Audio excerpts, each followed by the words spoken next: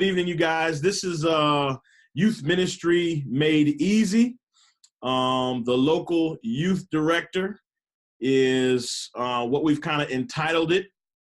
Number one is because we are looking to change really the culture of youth ministry within our context. And so we want you to get out of the habit of seeing yourselves as simply a AY leader or a youth leader or a hour before sunset individual where you're just planning a program an hour before sunset.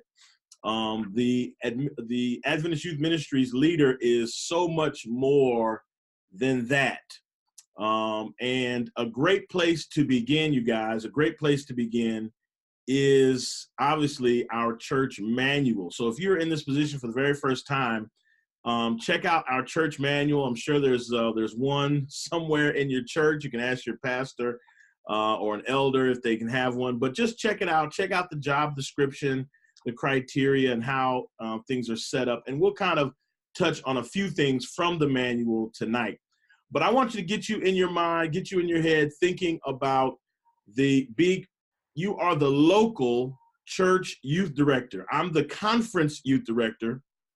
And what I want you to see yourselves doing is mirroring what I do on the conference level.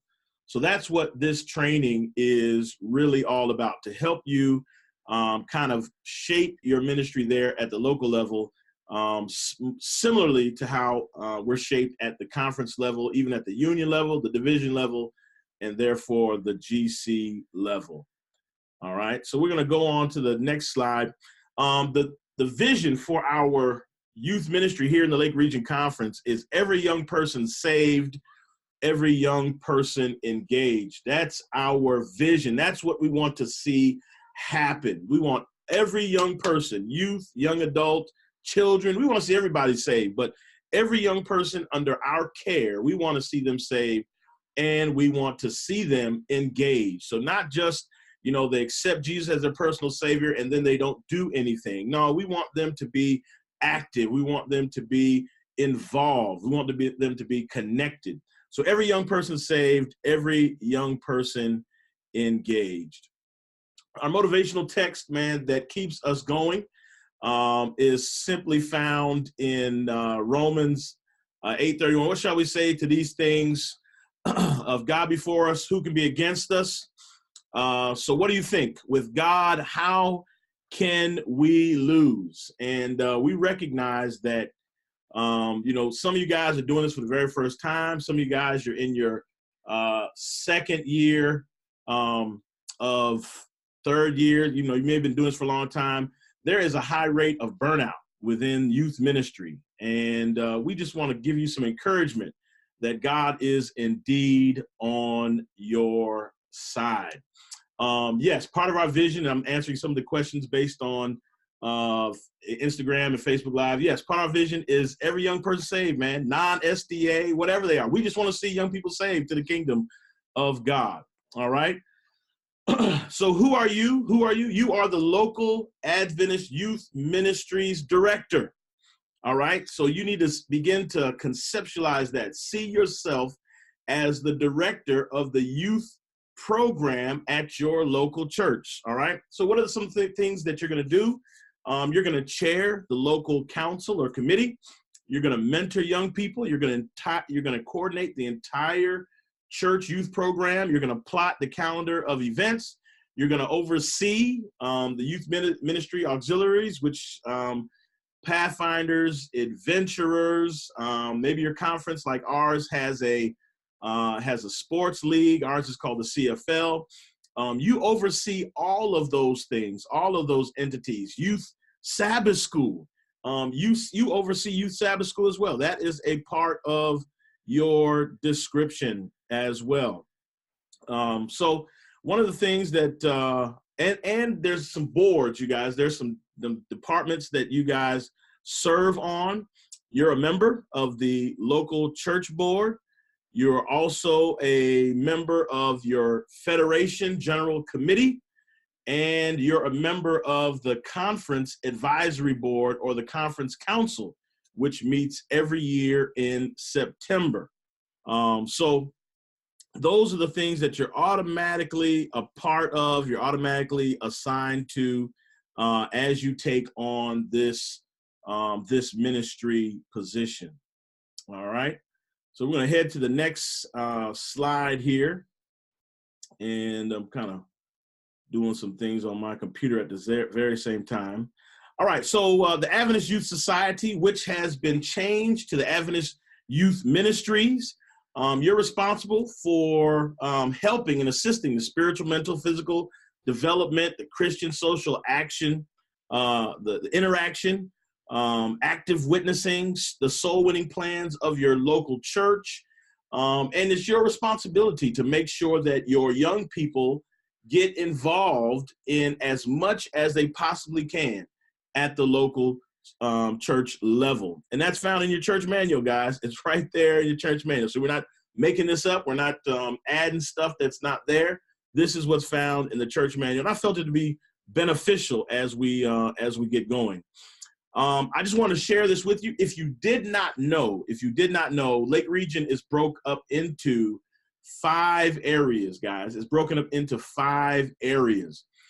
We have the Chicagoland area, we have the Illiana area, Michiana area, Motor City area, and we have the Faja, which is our Hispanic area. These are all our areas in our conference. And so some of them are very self-explanatory, but you may just want to ask your pastor, ask your church leader, if you're unaware, hey, what federation are we in? And if you see there, you'll see Latita Thomas is our Chicagoland Youth Federation president. Our Faja or Hispanic president is Jennifer Tapia. Illiana is Ronald Redden. Michiana, Janine Hampton. Motor City is Sandrew King. And one of the things I want you guys to understand is we don't just want you to simply go to Federation weekends, but we want you to invite your federations to come to your church. The federations are made up of a number of officers, and we want you to reach out to them. I have asked them, they have consented to kind of expand what federations do, and part of their role and responsibility is to assist you at the local church level. And so you can bring them in, ask them how they coordinate the federation, ask them how they plan their events, and they can come in and also give you some tidbits. They can put on a program Friday night, Sabbath afternoon at your local church. Invite them just to come visit and worship with your church. So your federations are here to serve every level of the church. Listen to me now. Every level of the church is really designed to serve the level that's directly underneath it. So at the local church level, you have your local leaders, and they serve the members and the community. Then you have the conference level. The conference level is there to serve the local churches. And our federations are here to help serve you at the local church level. All right. Today, this is what you're going to find out today. 5 youth evangelism strategies, how to organize your department, how to prepare your annual calendar, how do you present to the board. That's can be stressing. Programming, how to do programming, outreach versus community service. So let's jump right in, guys. Let's jump right in. The 5 strategies of evangelism. It's always amazing to me that we talk about youth evangelism, and I've been asking the question, well, what in the world is youth evangelism? In terms of adults, evangelism is, traditional evangelism. You run an evangelistic series, or you're doing Bible studies, and that's traditional evangelism. Well, how do we win young people? Well, I've developed 5 strategies of how we intentionally win young people to Jesus Christ. All right. Number 1, peer-to-peer evangelism, youth evangelism. That's teens winning teens through friendship connections. I have a daughter. She is 15 years old. I have a son. He's 13. And peer-to-peer evangelism, youth evangelism, is simply my children or your children, your teenagers, sharing their faith through their interactions on a daily basis. Maybe they attend public school and they pray before their meal, or maybe there's some events that happen at your church and your friends invite them to. So that's your teenagers winning their friends that are not Christian, or maybe they're not Adventist, whatever the case may be. That's peer-to-peer evangelism. And we ought to encourage our young people to reach out, to be praying for their friends, to ask their friends if they know what they believe, if they have a clue of what the Bible says on various subjects. And even if your teens don't know, you know what I mean? Even if they don't know the answers, they can still engage in these conversations. They're having them every day. And so we want our young people to be equipped to answer some of the difficult questions and be able to share the reason why maybe they go to church on Saturday, share the reason why maybe they pray before their tests, or pray before they eat a meal, or, you know, different things that they do, why they don't listen to certain types of music, or why they refrain from this, or whatever the case may be, why they're so positive many times. Our young people have the ability to share their faith in very creative ways with their friends, and it'll draw their friends into a connection with Jesus Christ. And I believe this is the most powerful way to win young people, is young people winning young people. You know, young people are not going to be drawn to me. I'm an old dude now. So, you know, my opportunity has passed to win young people from that perspective. But they have such an influence on each other, and we want our young people to be excited about those opportunities. The next evangelism strategy, number two is community. All right, so listen closely. I want you guys to understand this. We are encouraging you to identify an area in your community to do consistent witnessing and outreach activities. All right. I'm pastoring and I'm the conference youth director. And so here at my local church, man, I have some dynamic young adults and youth who have started this program to a housing community right down the street from where we are. And they go into that community and they put on a program every single Sabbath, every single week. And so it's great. It doesn't take a long time, but it's an opportunity to get in there. And one of the things we kind of struggle with is consistency. And so we want you to identify an area where your young people can put together a simple program, simple outline, song service, read a Bible text, play some games, share a story, do some skits, and give the kids, you know, maybe some gifts or some candy or some other different things, you know, some refreshments or something. And that's it. You're just making an impression week after week after week, sharing Jesus in real tangible ways. So that's another way to do youth evangelism, is to identify an area in your community to do consistent witnessing and outreach. I challenge you to do that.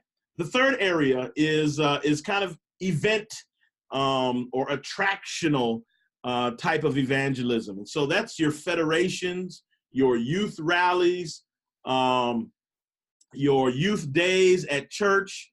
And so teens are being won to Jesus through an invitation to one of your big events. Like I said, if it's a federation, it's an area, maybe it's a youth congress that your conference puts on, maybe it's a youth rally, maybe it's a youth day, a youth Sabbath, maybe there's an outing that your church is going out on, they're going bowling, they're doing something fun, and your young people have an opportunity to invite their friends to come along and to kind of hang out, kick it, and an appeal, usually at these big events, an appeal is made for young people to give their hearts to Jesus. And so that's an event strategy. So that's number 3. Number four is family evangelism, family youth evangelism. This is parents winning their teens through modeling their lifestyle of discipleship. Help me, Lord. All right. Parents winning their teens through modeling lifestyle of discipleship. All right. So you as a parent, you have to demonstrate that you are connected to Jesus Christ and he is making a real difference in your life. That is extremely important. That is an evangelistic method. How many of our young people are leaving the church? We always throw these statistics. We're always crying and whining about it. But if we as parents would represent Jesus, right, to the best of our ability, we would be able to win our children to Jesus, all right? I'm not going to go into great depth on that, but I'm praying for you parents who are on here who have children. And don't just start when they're teenagers. You know, if you have little ones, you know, keep that communication open, keep it growing, and let them see that God is making a difference in your life on a day in and day out basis. And then the final strategy, guys, is church ministries. Church ministries. These are your leaders, you as an AY leader, through your mentoring, through your interaction, through our church programs that we're able to invite and win young people to Christ. So through whether it's Sabbath school, whether it's your sports program, whether it's AY, whether it's Pathfinders, whatever it is, those are the ministries that take place on a fairly consistent basis. I hope even in small churches you can be consistent.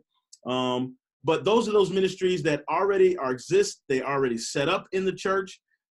And so we just have to make sure that we are intentionally inviting young people to accept Jesus as their Lord and Savior after every engagement, after every event, after every time we get together. Invite those young people to give their heart to Jesus. And the more they make that decision, the more they're being called to, the more they commit and recommit, then that thing becomes a lifestyle. And that's what we're encouraging for us. So once again, 5 strategies: peer-to-peer, community, event, family, and church ministries. All right. So I hope you guys got all of those. Here we go. We're going to move on to the next element of our the next training. So real quick, I wanted to just I need to give you guys an opportunity here to let me went forward though. Give you an opportunity to give some feedback. All right. So for those out there listening, do you have any questions on the 5 strategies of youth evangelism? Any questions out there? Any questions out there? You go ahead and shoot. We can take probably two or 3 questions. You can go ahead. I'm listening. You may have to unmute yourself.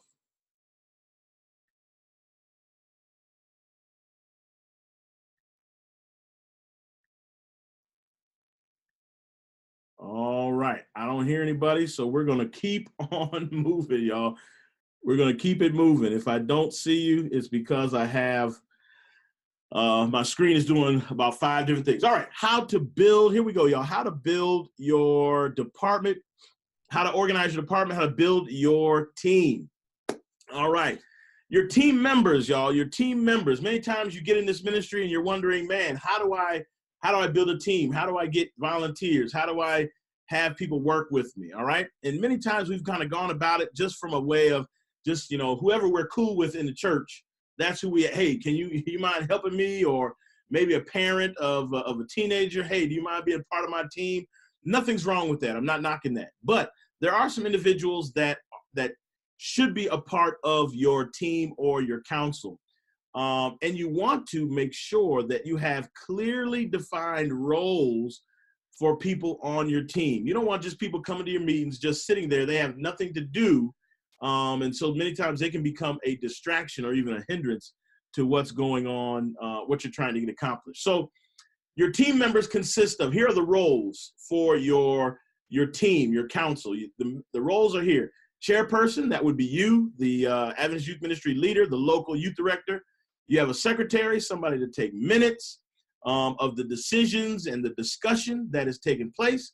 Then you have a treasurer. The treasurer is really, the treasurer is responsible for sharing with the group how much money you guys have available to use, how much money has been spent, and they would confer with the church treasurer to get that information. Then you want a chaplain, somebody who's responsible for bringing a thought in the prayer each and every time you meet.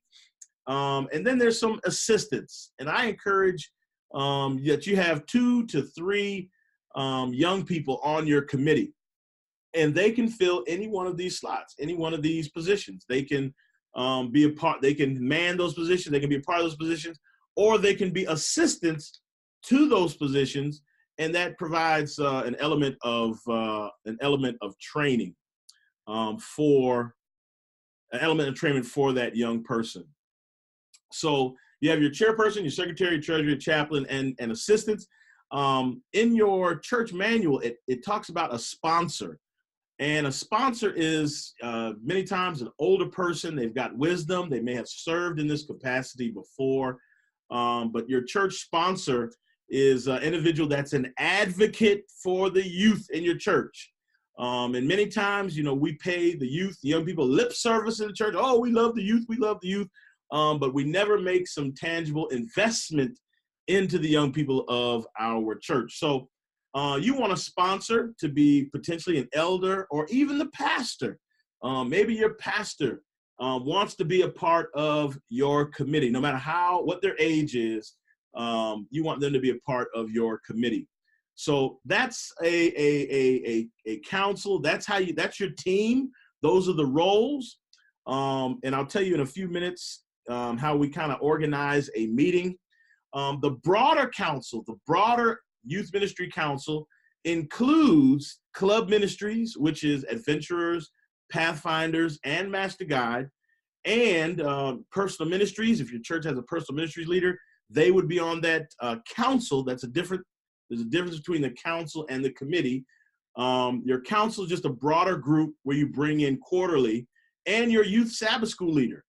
One of the things that you're going to do within your council now is you're coordinating all of the youth activities for the church. All right? All your youth activities for the church, you're coordinating. Now, listen, when you're chairing these committees, you're not a boss, all right? You're not trying to dictate who can do what and when they can do it. What you want people to do is you want your clubs to get their calendar together, your Pathfinders to get their calendar together, your youth Sabbath school get their calendar together, and then you come all together and you look at everyone's calendars, and you have to really prayerfully hash out how you work your church's youth schedule so that everyone is served, everyone is impacted on a positive note. It can be difficult at times, but you're the person that chairs that committee. You're the one that is charged with making that work. On a conference level, that's what I do. I'm over summer camp. I'm over adventurers, pathfinders, the CFL, the federations, and beginning of the year, we come together and we try to coordinate all of those ministry calendars. All right. So that is one of your roles and responsibilities. So those are your team members. Those are the roles. Once again, your chairperson. All right. Is there a question? A question on that? I'm hearing somebody.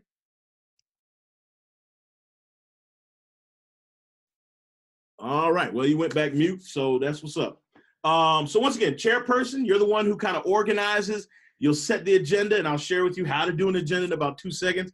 Secretary, they're the individual that is taking the notes, the discussion, as well as the actions that your group takes. The treasurer, responsible for watching the money in terms of what comes in, what's going out. You touch base with the church treasurer to make sure that you guys have the funds available, or you determine what funds are needed for whatever event, program, or activity. Chaplain, that's the person that brings like a worship thought before your meetings, responsible for coordinating the prayer and things of that nature.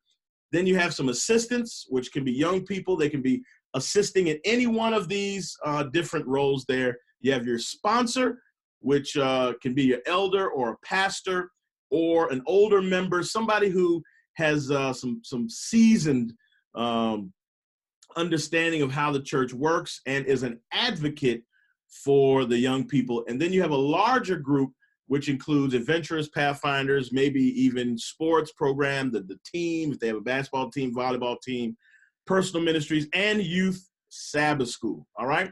We're going to move on real quick here, guys. We're going to keep it moving.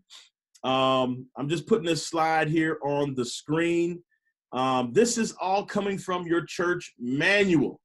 This is all coming from your church manual. So church manual page 102, I'm not sure what revision of the church manual this is, but it's in there. So this is nothing new, guys. This is not new information. This is just kind of going back to what we kind of set up in the very, very beginning. All right, how do I run a meeting?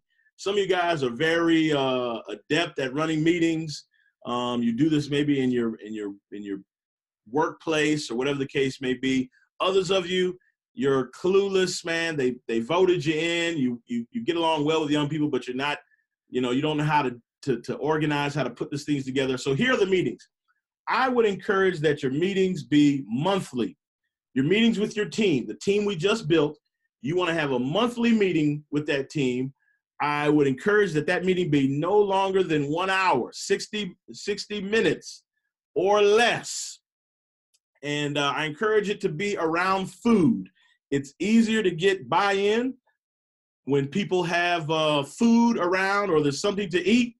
That encourages people to attend your meeting. If your meetings go over 60 minutes, you will begin to see people not attending your meeting. If they're just long, there's a lot of talking, and things are not getting done in a timely manner. All right. In your meeting, you want to create a roster of your youth and young adults in your church. Do you even know their names? Do you have a way of communicating with them, whether it's text message, whether it's through social media, some social media platform, whether it's email? You need to put together a list. So that's how you know who's there, who's not there, who to reach out to when you don't see them anymore, how to connect to them.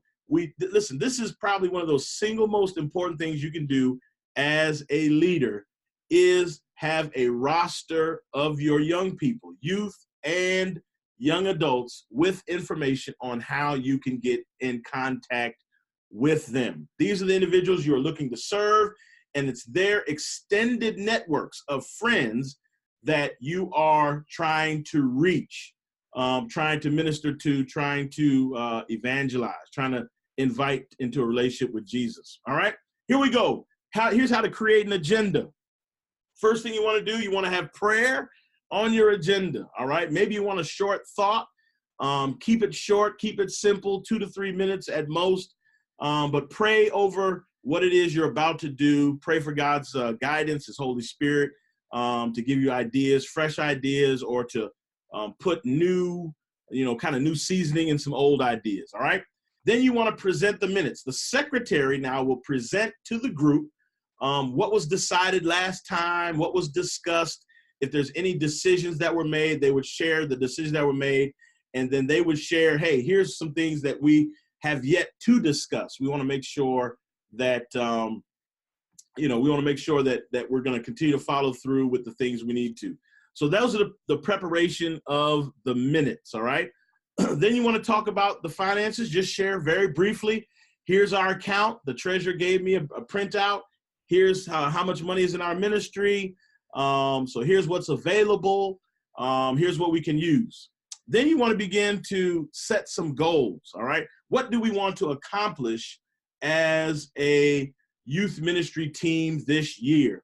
I say set 3 to 5 small, attainable goals, all right? A goal would be simply to, hey, we want to add 2 or 3 people to our youth group. We want to see our Sabbath school grow by 2 or 3 people.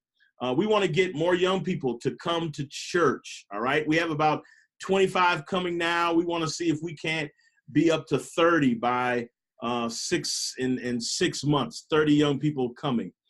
We want to begin a Pathfinder Club at this church, all right? These are just some simple goals. We want to go on an outing in the summertime. These are just some goals that you want to see accomplished.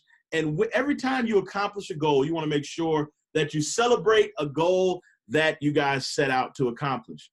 You want to brainstorm ideas. Hey, what can we do this year?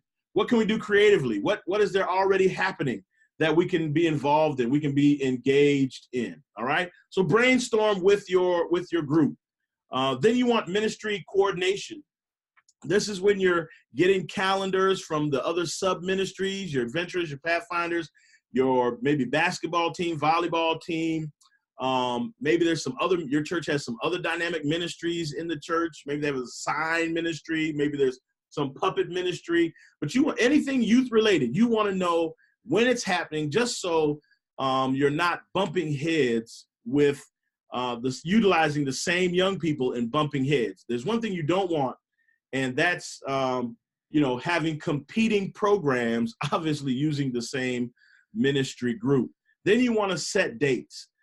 This is extremely important. Our young people today are more busy than I think they've ever been as it relates to outside of church. Our kids are doing, if they go to Advent school, if they go to public school, they're engaged in a whole lot of stuff. And so parents want to know dates ahead of time. I'm just going to continue to stress this, guys.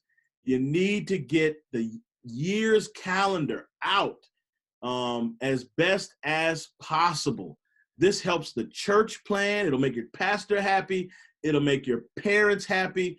And everyone will be more excited about supporting this youth program if the youth program is organized. So set the dates out, give them to parents so that they're able to plan and plot and even give you feedback and say, hey, this is a bad weekend. Maybe the Adventist school is going on some tour, some trip, and say, hey, this is a bad weekend for us. Can we look at it? Gives you an opportunity to fine tune what you're doing as a church. And you'd be surprised how fast the year goes. Hey, everybody on Facebook Live, how fast the year goes when you set up the calendar, all right? And then as you plan each program, guys, what is your desired outcome for each program? Let's not just be planning trips just to be planning trips and, just to be busy, just to look busy. Go in saying, hey, what do we want to accomplish through this program, through this activity, through this event, all right? And I would recommend that you meet with the council. That's all of the youth ministry components, whether you're a small church or large church. If you're a large church, I would recommend that you meet with that large council quarterly